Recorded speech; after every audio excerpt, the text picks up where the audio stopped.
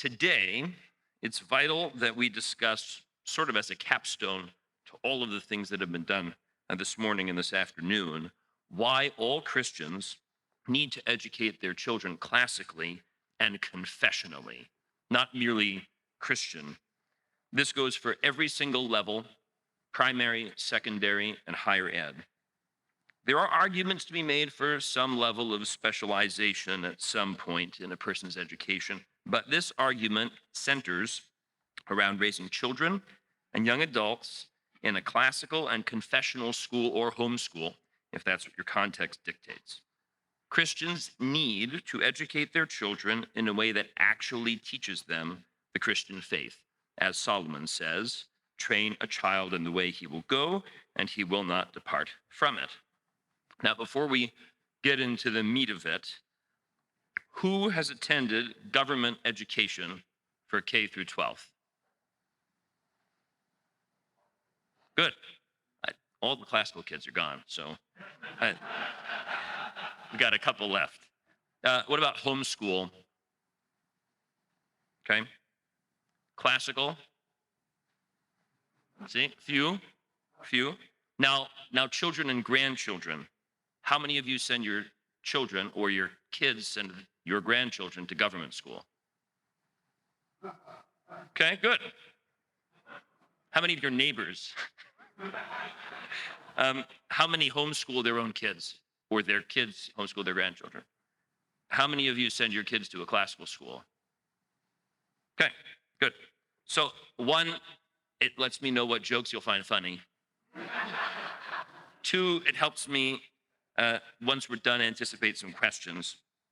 Because this school is real, the paper is really focused on schools. So just take everything I'm saying and you have to do all the work if you're a homeschooler. So you can't make your teachers do it or give it to a secretary or administration. But I live in a school, essentially. So everything's going to sound like that. But it can definitely be applied to a co-op, to a homeschool, if that's where you find yourself. So again, I'm from Long Island. I went to public school, K to 12, and then Lutheran schools, but they're still public in the progressive sense. I mean, even our seminary education has its fingers in progressive education. So most of my education, if not all of it, was non-classical. Like most of you, unless you were raised in a classical school, we were converted at some point to understand education and the world differently. So when I make my arguments, I make them as an outsider who's come in, not as someone who was raised in it, right? Most people don't expect Lutheran pastors from Long Island, New York, and certainly not conservatives from New York, right? So then you add classical on top of it, and it just doesn't make a whole lot of sense. And the funny pronunciation of words. So, all right, classical and confessional, the urgent need for an education that teaches the faith. When much of the world shut down in March of 2020, the consequences of the decision were unknown by most. Even if some anticipated what would happen, the extent to which the world would be changed was unforeseen. Teachers and students, regardless of their school, went online for at least 2 months across the country. Teachers tried to survive the final quarter, but everybody knows the anecdotal evidence and the statistics. Children lost that quarter of the school year. Most in government school lost the next year on top of that quarter. And many places, you find students who are 1 to 2 years behind academically. Anxiety and depression have been driven through the roof due to the instability of education in the classroom and the reliance on digital technology that some families were trying to avoid and then had no choice but to bring whole hog into their house. While online, parents were flabbergasted at what their children were learning and what they weren't learning. Education had changed in their experience quite a bit. The content, the methods, the philosophy looked different. Homeschooling certainly has expanded, and private parochial schools grew tremendously. Our school doubled the first year of COVID in the day school population due to these things. But what we saw during COVID is the tip of an iceberg that has been lurking since before the Titanic. It is a very old iceberg. Education in America didn't change overnight, and it wasn't the fault of the 1960s.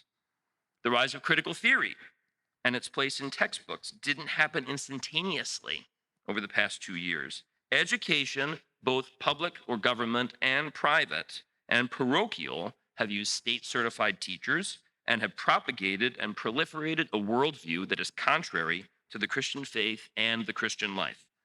Christians cannot trust the old ways to educate their children.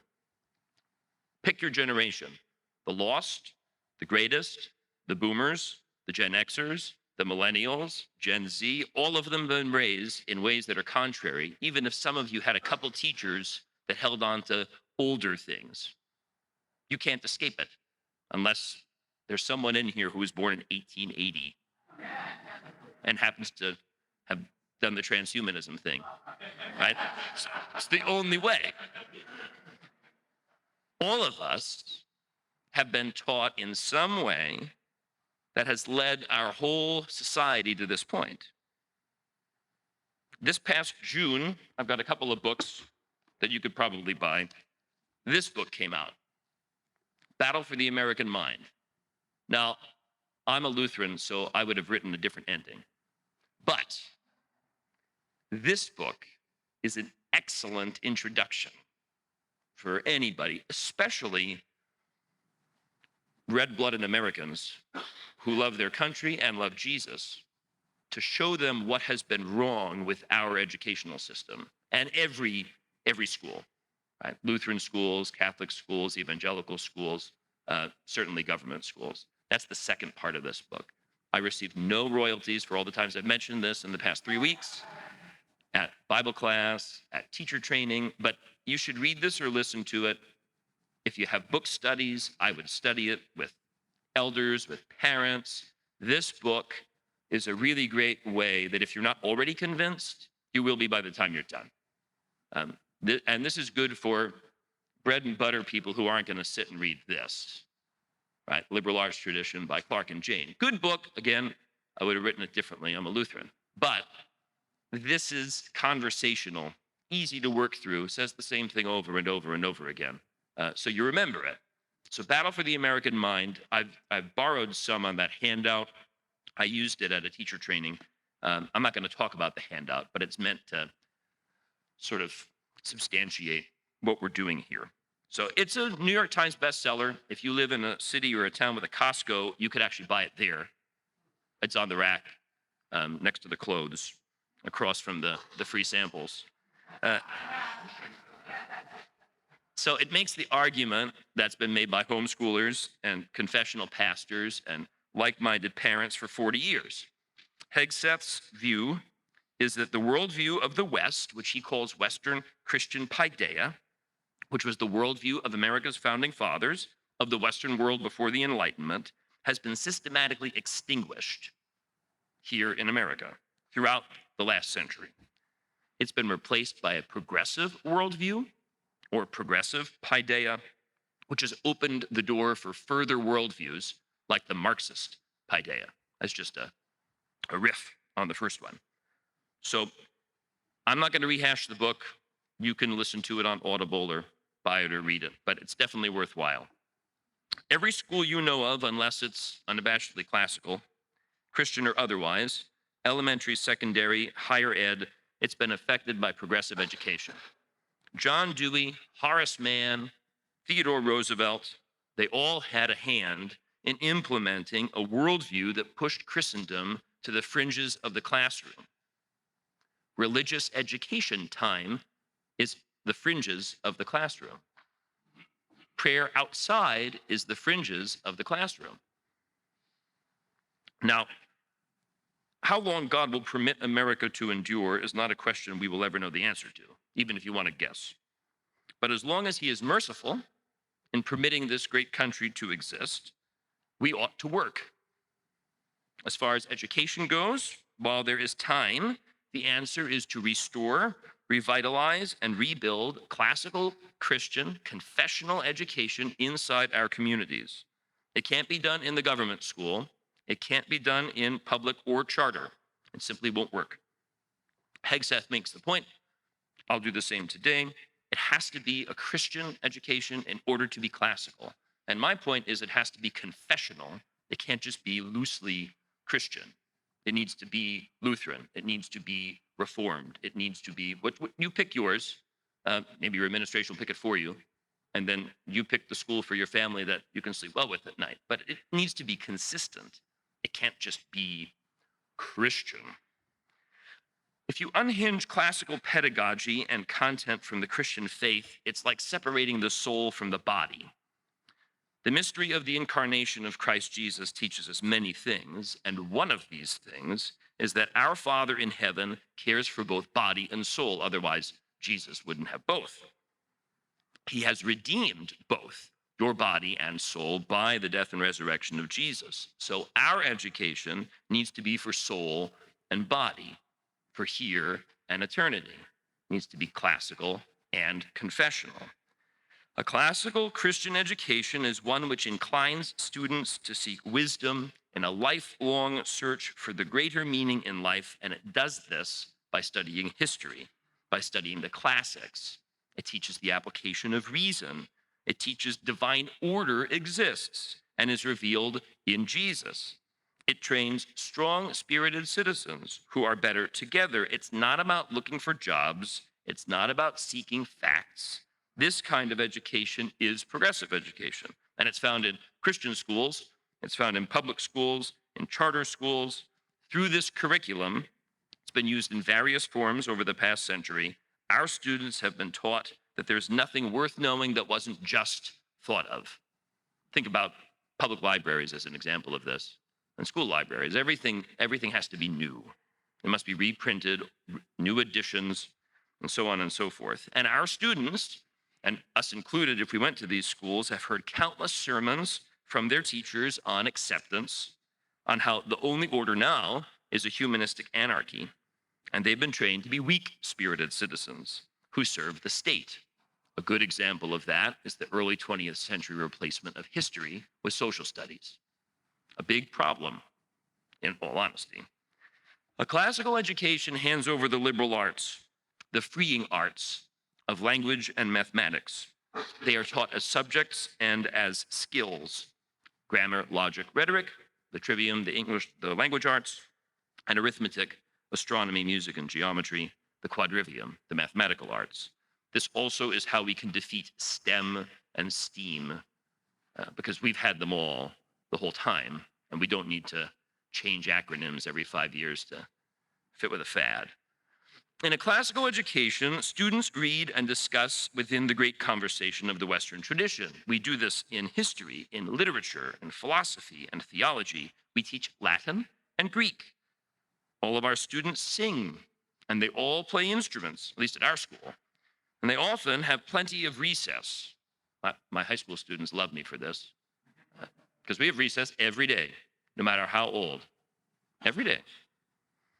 And there's plenty of time for rigorous physical activity, not just sort of sitting around outside. Now, there are places for nearly every subject people are used to when you think about school and a classical education. The difference is that a classical education is holistic and general. Everything is interconnected. It is not segmented in subjects that way.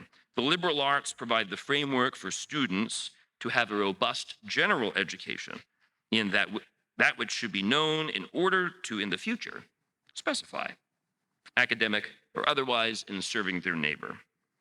It is a classical education that shapes the love and affections of the faculty and the students, just as it trains the body and the soul, but it must be Christian to actually accomplish its chief end, which is making children wise to salvation in Christ Jesus, equipping them to love their neighbors as themselves.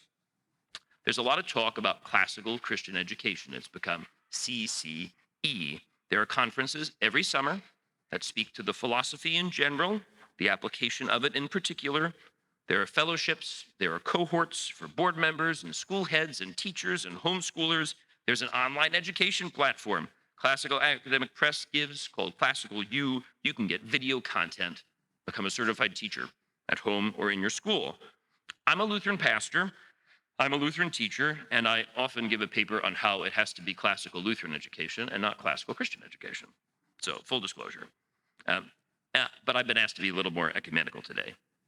So, I'll try a little. The argument needs to be that we have to be classical and confessional. Our schools need to teach the content of Western civilization, and they should do so in allegiance with a Christian confession. Generic Christianity in the ecumenical and non-denominational sense is honestly a bit too amoeba-like for a Christian classical school, because at some point, a bias has to be applied to teach Christian theology and history and everything else. And it will be applied whether the school is non-denominational or not. It's going to be applied. So you might as well be honest about the bias that you're using in your school.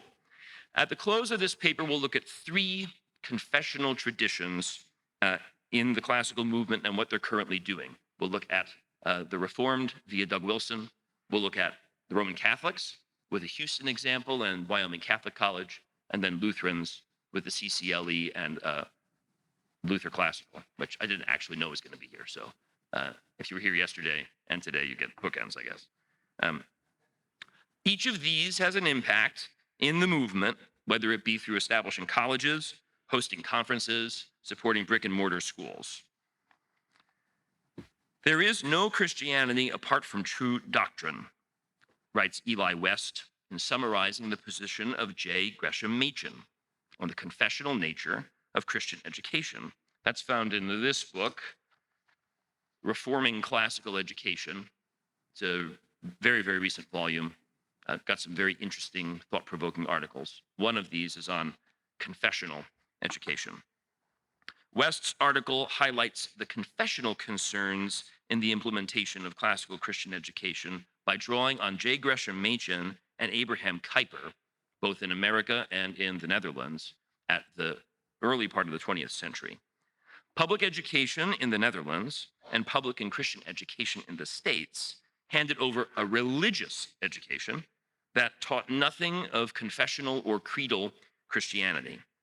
Dutch public education attempted to deliver, quote, a Christian education without sectarian differences. As a result, they stopped speaking in Christian terms. They didn't use words like sin or grace.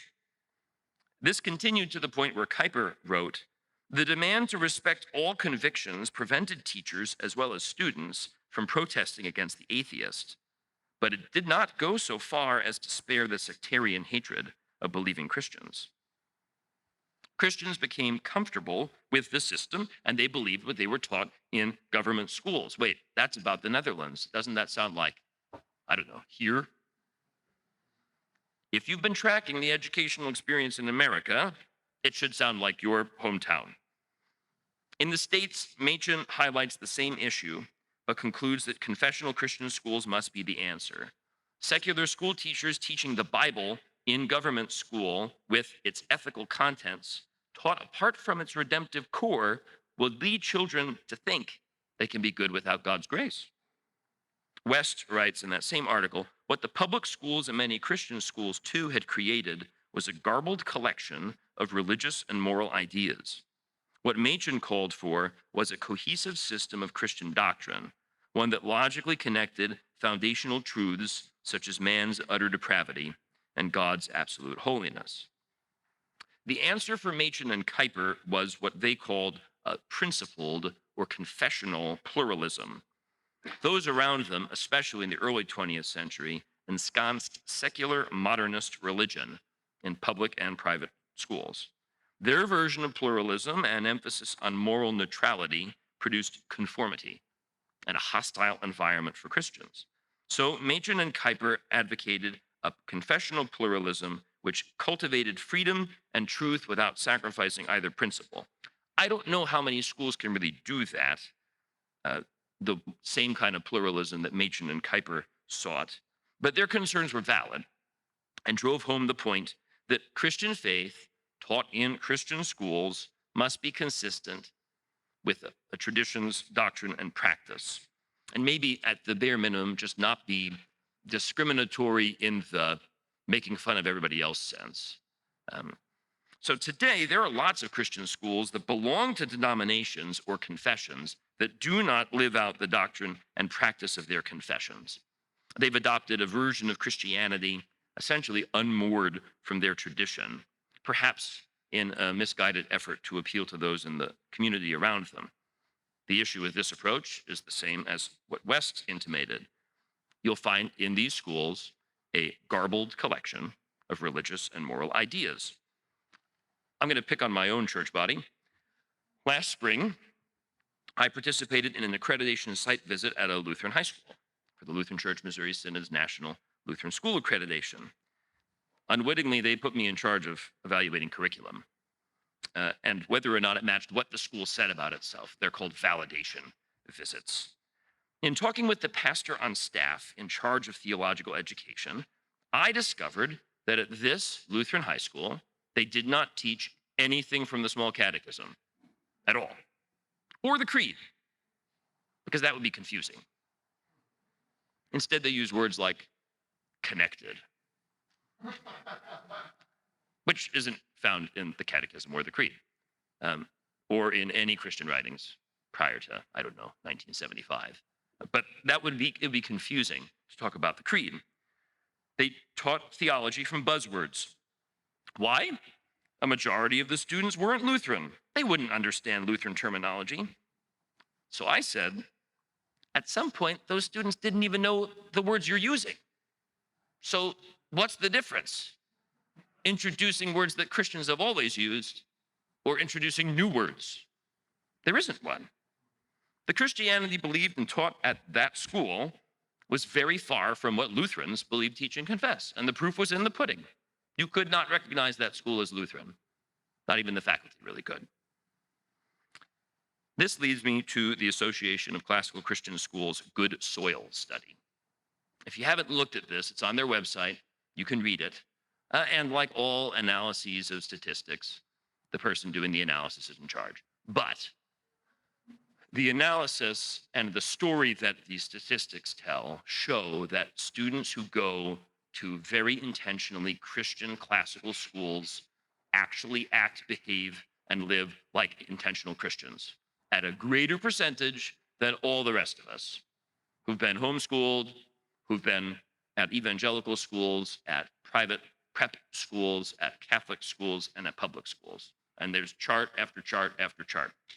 They do it in 7 different profiles or categories: college and career, outlook on life, Christian practice, Christian life, traditional and conservative views, independent thinkers, and people who go on to be influencers. Alumni were surveyed from all kinds of schools from the ages of 23 to 44. So very large sample, and they pulled from all sorts of different places, asking them about their belief in God, how happy they were with their lives. And those from ACCS schools, that is classical Protestant schools, confessional schools, they were those who were best prepared for college, who were fulfilled by their faith, and even understood that suffering was part of God's plan, not victimhood. That their suffering was part of God's plan for them. They had less doubts about their faith. They were more regular in the practice of their faith. They went to church more often. They're also more likely to read the Bible on their own and religious literature in general, even more than homeschoolers, which is saying something because of, stereotypes.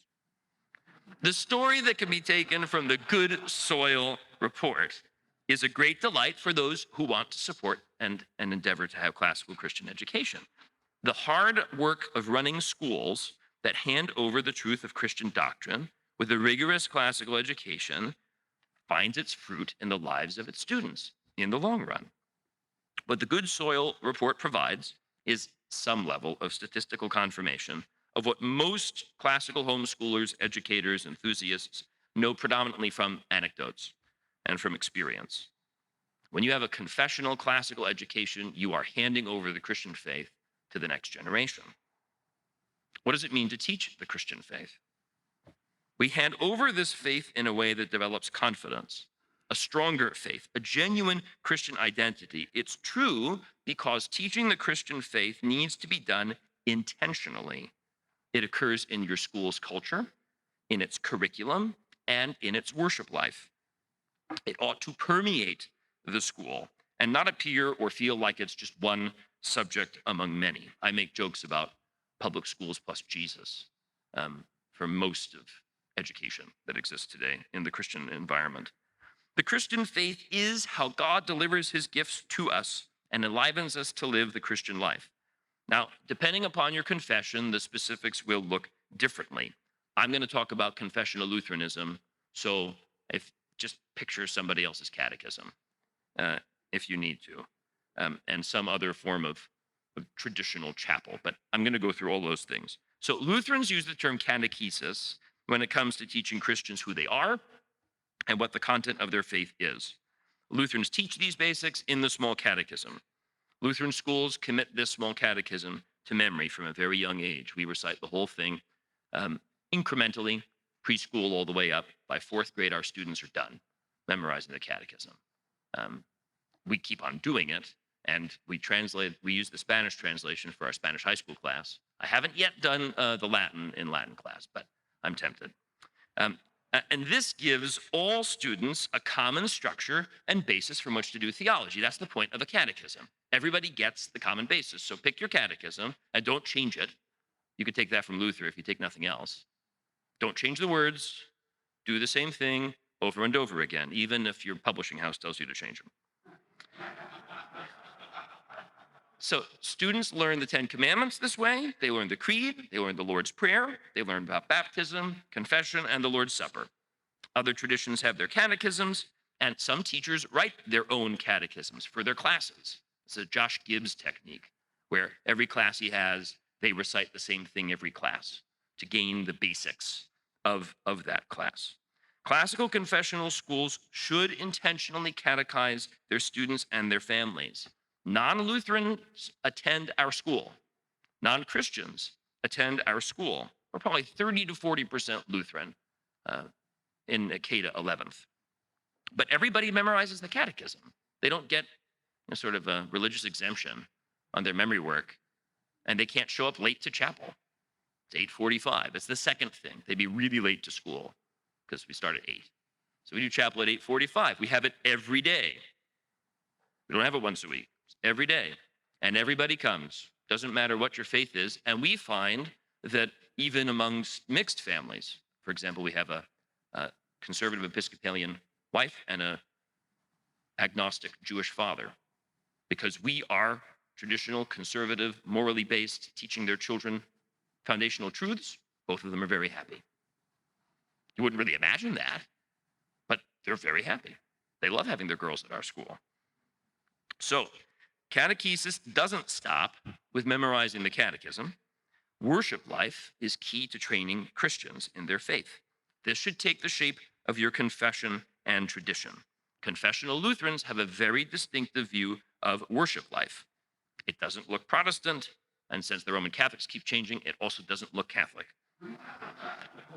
Regardless of your faith and your confession, you should practice the faith that teaches the faith in your confession, which is why we pray matins and morning prayer. And this year, because we have 14 communicant high school kids, plus all of our faculty is Lutheran, we have communion every Wednesday because it suits our community. If you're an Anglican, you should use your appropriate Book of Common Prayer. If you're a Roman Catholic, you should use the Faithful Missal. You can find one. It has to be in Latin, I guess. Orthodox Presbyterians should sing the Psalms. Families who desire classical Christian education from inside and outside your church will support you in this. If you're a homeschooler, there are lots of ways in which the family altar can be done in a very positive way at home. Those who desire a different confession for their children will look for a different school. If you, being Lutheran, Reformed, Roman Catholic, makes them upset, they'll leave. But there are plenty of schools that are doing this that don't have only one denomination or another. Lots of people are drawn to solid confessional teaching. You need to be faithful to your confession in the training of your children and in the running of your school. You could pursue principled pluralism in the hiring of your faculty. As a Lutheran, we only hire Missouri Synod Lutherans to teach in our school. We admit students of all faiths, Christian and non-Christian, But as regards the teacher, I would think in running a school, the difference of theology would be hard in the faculty. Other Protestants may feel differently, but we Lutherans are more persnickety, I guess. In handing over the Christian faith, the regular study of the catechism and the implementation of confessional worship are part and parcel to the teaching of the Christian faith. And most Christian confessions have their own musical tradition that can expand beyond chapel and in chapel. The Lutherans get to claim Bach and Schütz and Scheidt, names you may not know, Pachelbel, you know his wedding song, and Buxtehude, and plenty others. The Anglican tradition is rich in its psalm settings. Lutherans have stolen some of those, as well as choral music. The Roman Catholic tradition has Vivaldi. I mean, you have the Red Priest, plus the Baroque and the Renaissance and the classical periods. The 20th century is pretty hairy for most confessions because of modernism, but the robust practice of singing the faith belongs in the classical confessional school. And last but not least, right, you've noticed I talked about the catechism and chapel and singing, but not about the Bible. So they should be led in studying the scriptures and your confessions. A rich and historical approach to the scriptures will give all students a good biblical basis. And while studying the scriptures, the confessions of your denomination should be embraced and interwoven into the curriculum, especially as they get older. Lutherans should take their high school students through the Book of Concord. Calvinists should read Calvin and Beza. Roman Catholics should read Bellarmine, if you still agree with him, and Joseph Ratzinger. And you should. You should read those who fit your tradition. Now let's go to anecdotal evidence of the work of different confessions in living out classical education. There are lots of practical applications. There's the Society for Classical Learning, there's CIRCE, there's the Classical Academic Press, Memoria Press, Logos Press, Veritas Press, Classical Conversations, Well-Trained Mind. The past 20 years have done wonders for resources of Christians trying to teach classically at home and in the school. But three traditions I'm going to focus on have implemented intentionally confessional institutions in the past 40 years. The first is the Reformed under the leadership of Doug Wilson. And I say leadership in a broad sense. It isn't that everybody who's ACCS sends Doug Wilson a thank you note every year. But I consider it all sort of his empire ideologically. Canon Press, Logos Press, it's one of the earliest arrivals on the scene. Doug Wilson's work is viewed as the trailblazing and pioneering effort that kicks off the neoclassical Renaissance in the 1980s. Few leaders in the classical movement also are more confessional than Doug Wilson. He's a dyed-in-the-wool Calvinist. He calls himself a Chestertonian Calvinist, which is interesting, but he makes fun of Lutherans for wearing cassock and surplice. So he's a Calvinist. But his work has created many significant institutions within the broader movement. So you have Logos School in 1981 and Logos Press. Wilson's book, The Lost Tools of Learning, based off of Sayer's essay, has made everybody talk about grammar school and logic school and rhetoric school in a different paper. We Lutherans make fun of that now, but that's besides the point. He's had a huge effect on classical education. He was instrumental, amongst others, in founding the Association of Classical Christian Schools. That was in '94. And the ACCS accredits schools. It hosts conferences. He also helped found New St. Andrews College in Moscow, Idaho, which is an integrated single curriculum classical school in the world of higher education. They also translate Reformed works as like part of their curriculum. So when you do your final papers, you're translating things from Latin. There's a lot to be learned from them. The strong confessional principle of Wilson and those with whom he has worked in the past 40 years has wrought a ton of fruit in the renaissance of classical education. Now, if you know about classical education, you probably don't think about Roman Catholics. First and foremost, there are some Roman Catholics involved, but not as a group, because we're used to thinking of Catholic schools, diocesan schools as a large system. It's the largest system in the United States. Most of their schools are progressive, just like public schools. And the 20th century wasn't very helpful for them in terms of faithfulness to traditional Roman Catholicism. But there were two anecdotal examples that show Roman Catholic devotion to the resuscitation of classical ed. The first is in Houston. It is north of I-10. It's inside the Sam Houston Tollway, which none of you probably know about, but it's a very healthy school for boys. 3rd through 8th grade, you have to read to be able to go to the school. It's called Western Academy. They also didn't give me anything for talking about them. They're not affiliated with the local diocese. They are a non-diocesan school. They're actually served by priests of the prelature of Opus Dei, ultra-traditionalists. This school describes itself as a liberal arts school, but all the traditional marks of a classical education are found within their walls. They teach the great books, and their all-male faculty studies the great books. They teach Latin, and they have a very robust boy culture. When you drive up to the campus, they're hanging off trees in their uniforms. I mean, it's take summer camp, prep school, classical education, Roman Catholicism, and that's Western Academy. The second anecdote is also kind of outdoorsy, and it's Wyoming Catholic in Lander. Wyoming Catholic College was founded in 2005. They have 200 students, which is actually about the same size as Western Academy. They have over 200 boys. It's a very popular school. People are really looking for that. They've started a girls' school too, Magnolia. Doesn't seem to have the same draw yet, but Western has a very strong draw for people looking for raising of real men. Their alumni are called the Old Boys Club. Their alumni are all 13, right? Because they go to 8th grade, but they've embraced it, and they do a good job with it. This is true of WCC, of Wyoming Catholic. It's explicitly Roman Catholic. If you look at their website, it is everything about it. They have Corpus Christi parades and pictures of them on the main page in student life. It has an integrated curriculum, just like New St. Andrews, so no majors. It's not college like you're used to. It's the way of the old way of doing college from a very, very long time ago, and it has a very forward focus on the outdoors. There's much to admire about Wyoming Catholic's approach to student life, education, and their faith. They also have a zero tolerance policy on technology.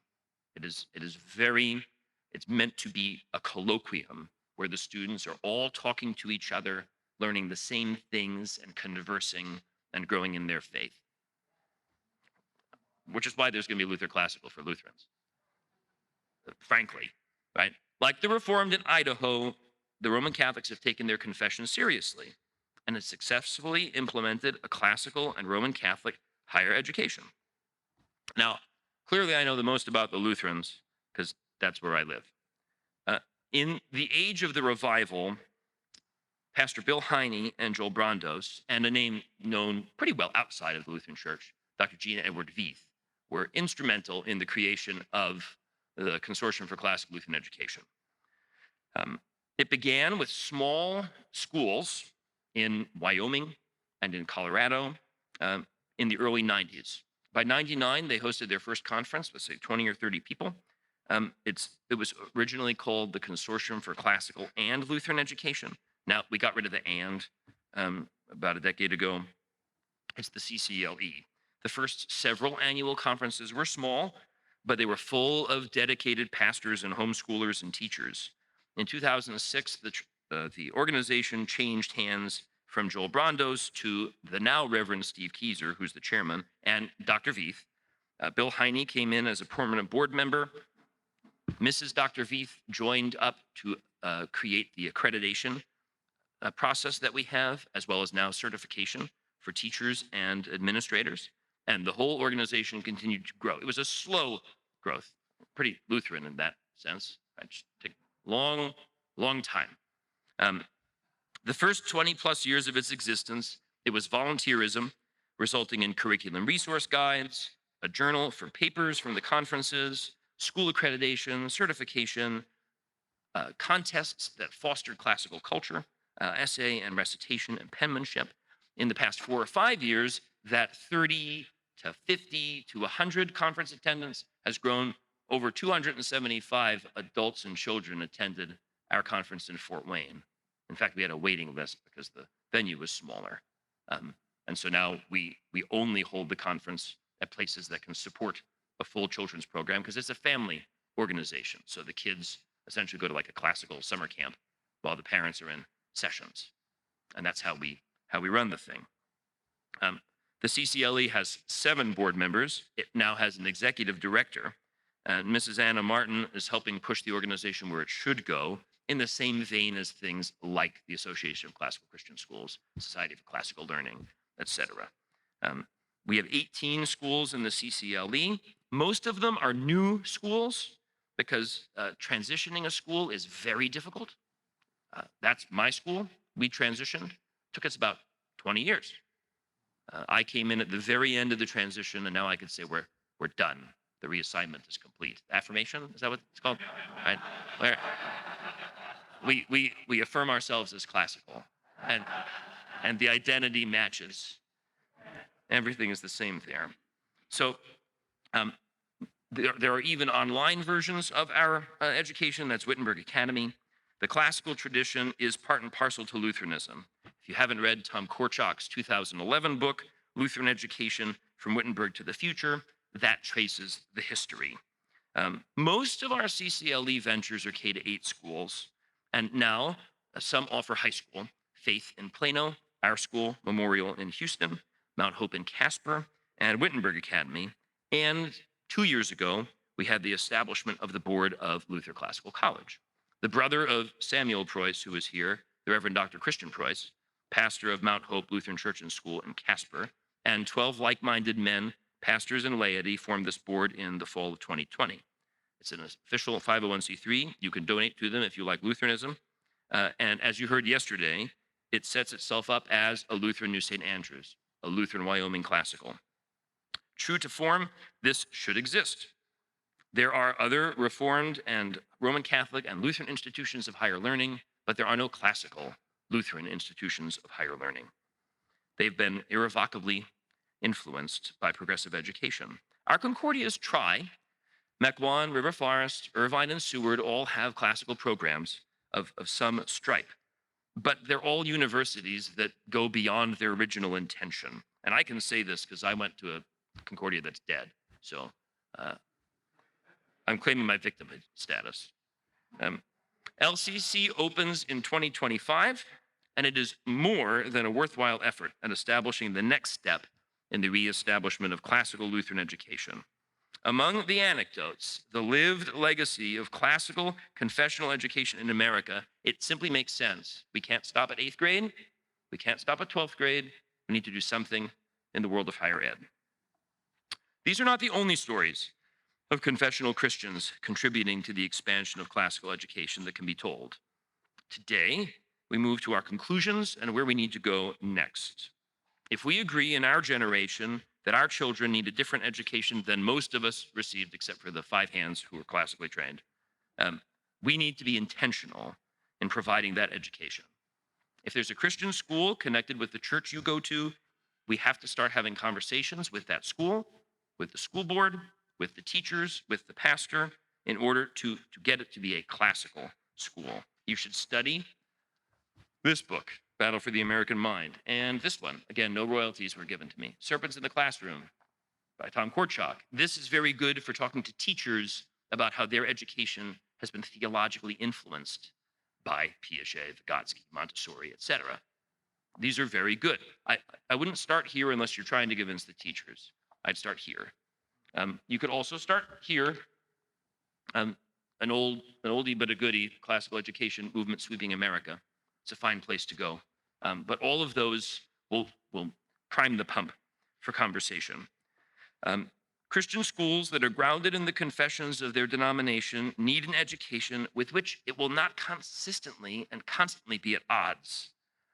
Transitioning a school is really hard. The CCLE has a guide, the ACCS has a guide of how a school can transition to be classical. The process can take a very long time. Like I said, memorials took 20 years for various reasons. Others might be able to transition more smoothly if people get really upset and leave.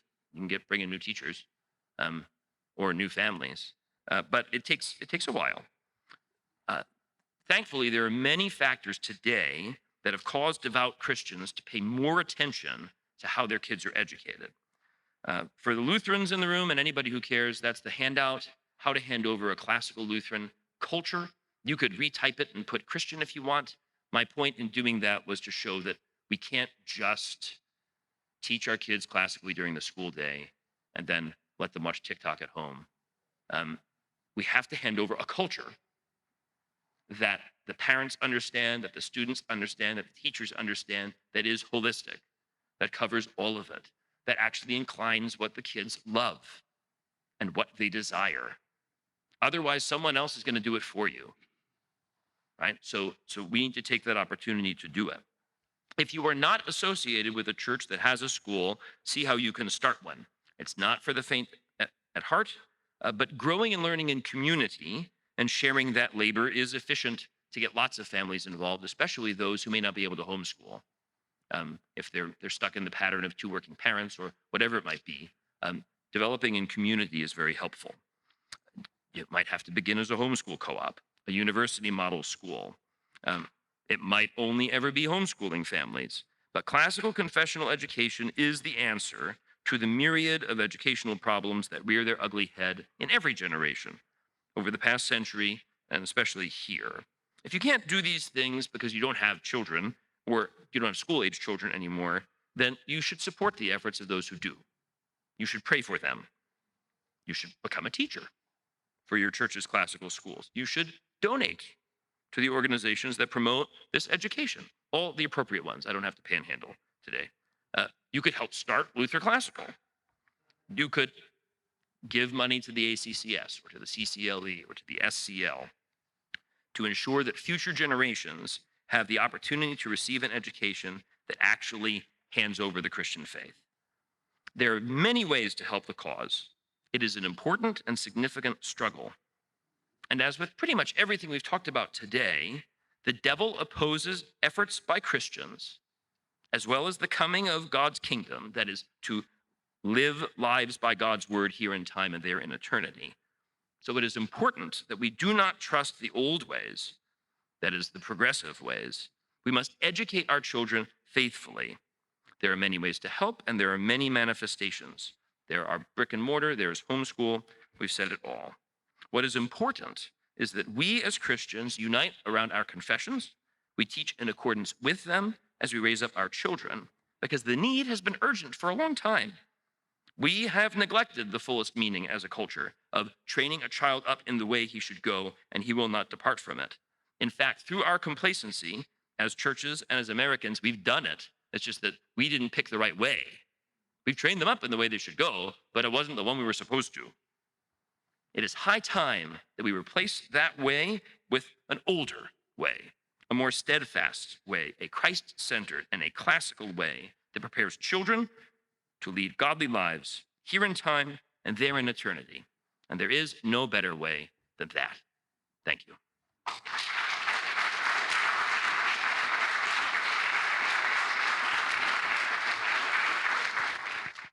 Thank you for that. You made a claim at the beginning of your talk, I think, that a classical education must be Christian, and then that it can't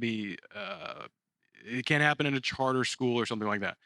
So I teach at an ACCS school, and I'm also in graduate school at the University of Dallas, which, if you're not familiar, is a conservative Catholic school. It's largely behind the Great Hearts charter schools in Texas and Arizona, and I'm sure they're looking to expand elsewhere. It would be similar to maybe Hillsdale's Barney Charter School Initiative. So both of these publicly funded classical schools.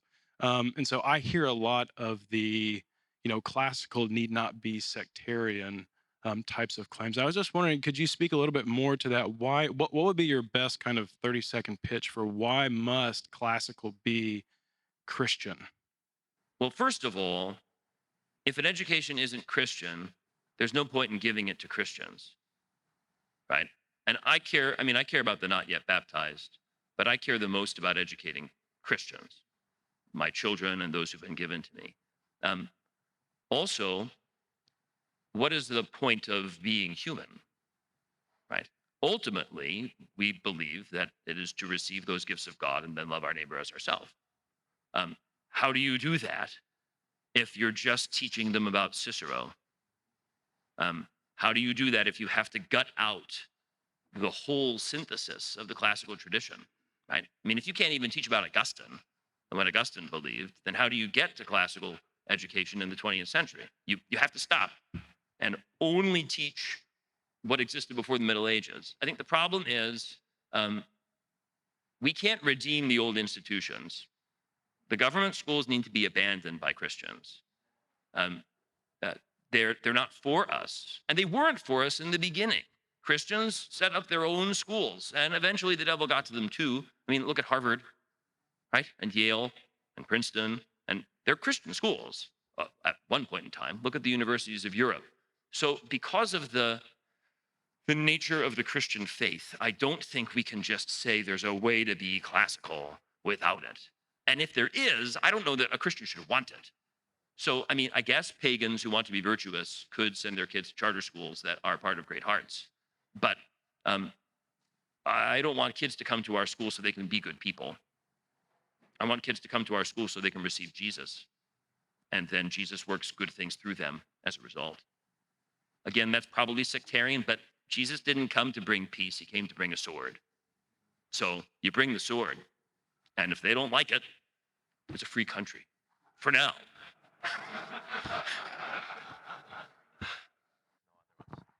You spoke about completing your transition, and I'm just curious at what point there will be some data to show whether you're happy with your transition, your school's transition.